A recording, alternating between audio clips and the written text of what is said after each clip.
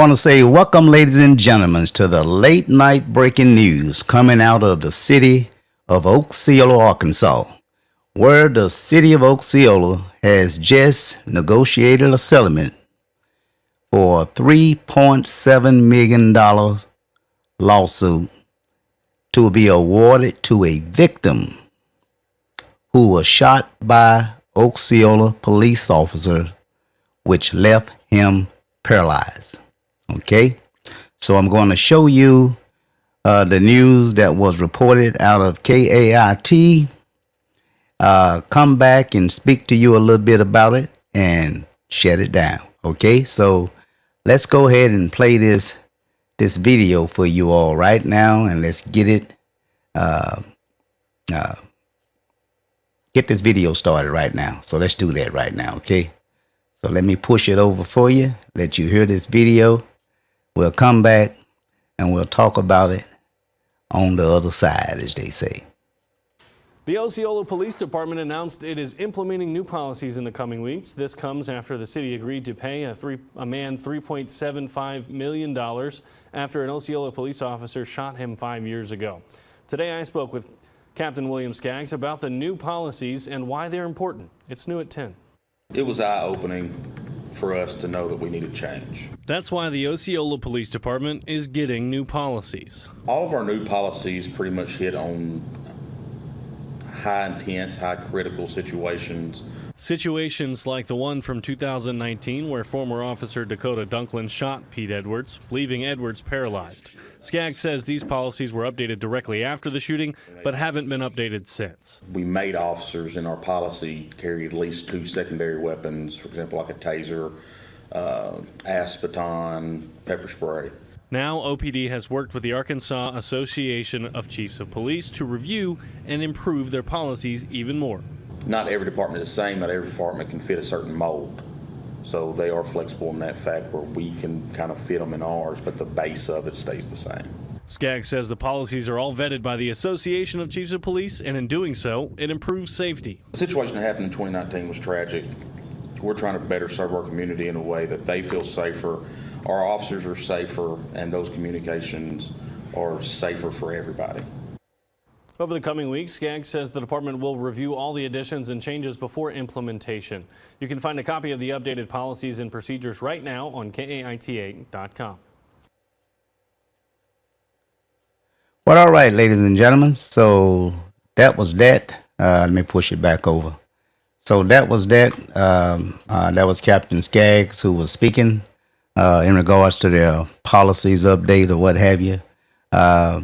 So that officer, if I'm not mistaken, was an officer who also was facing some other type of charges. I think he was being, this case was being investigated by the Arkansas State Police, where he was to stand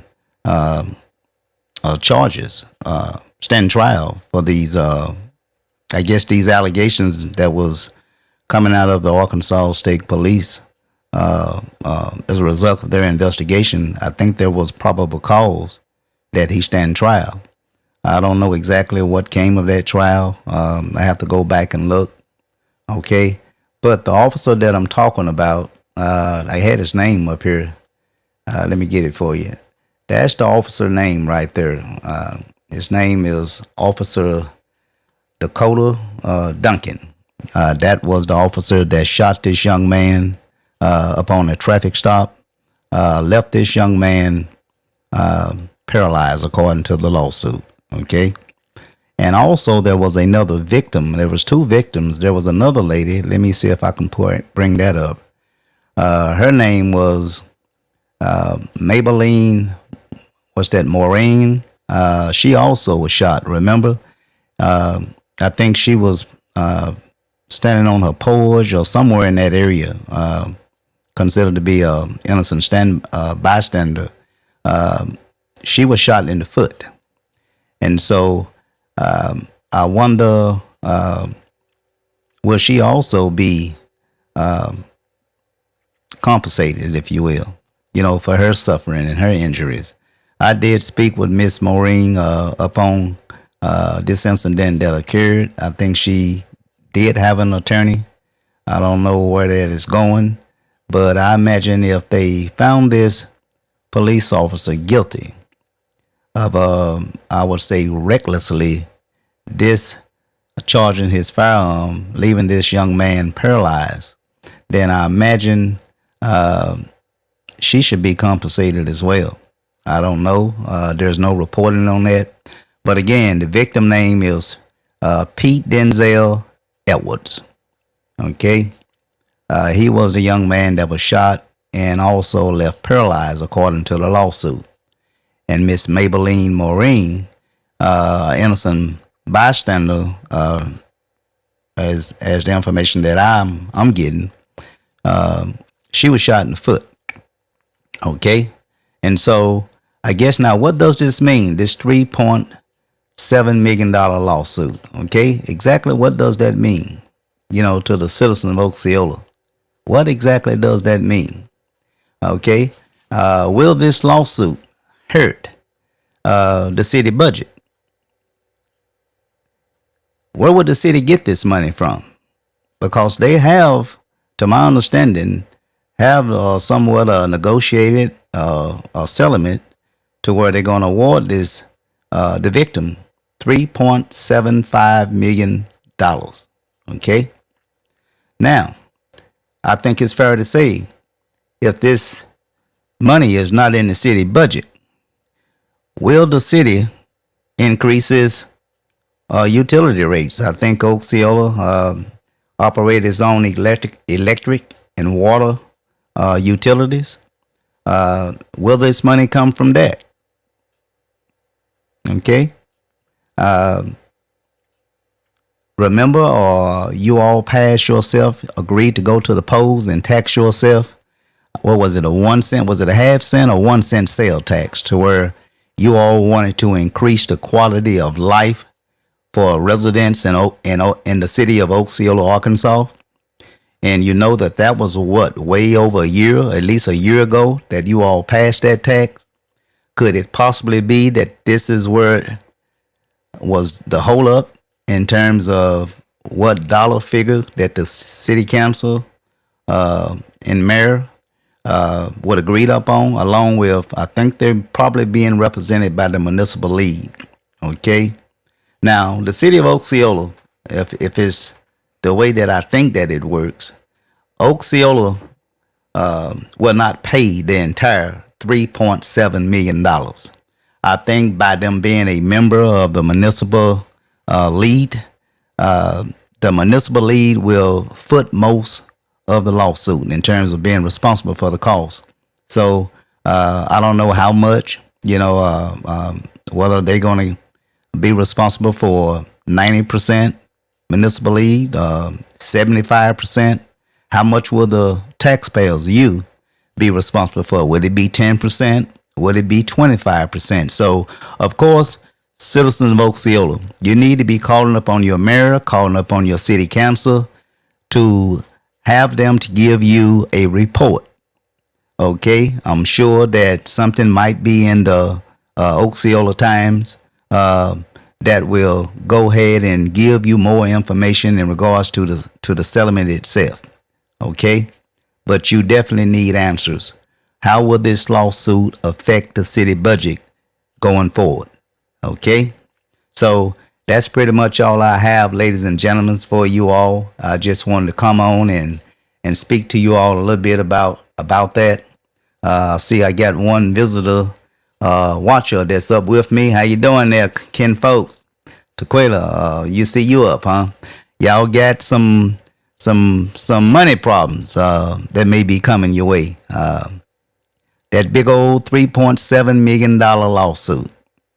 Okay, so you all get together, talk with your city councilman, talk with your mayor, and find out exactly where will this money come from.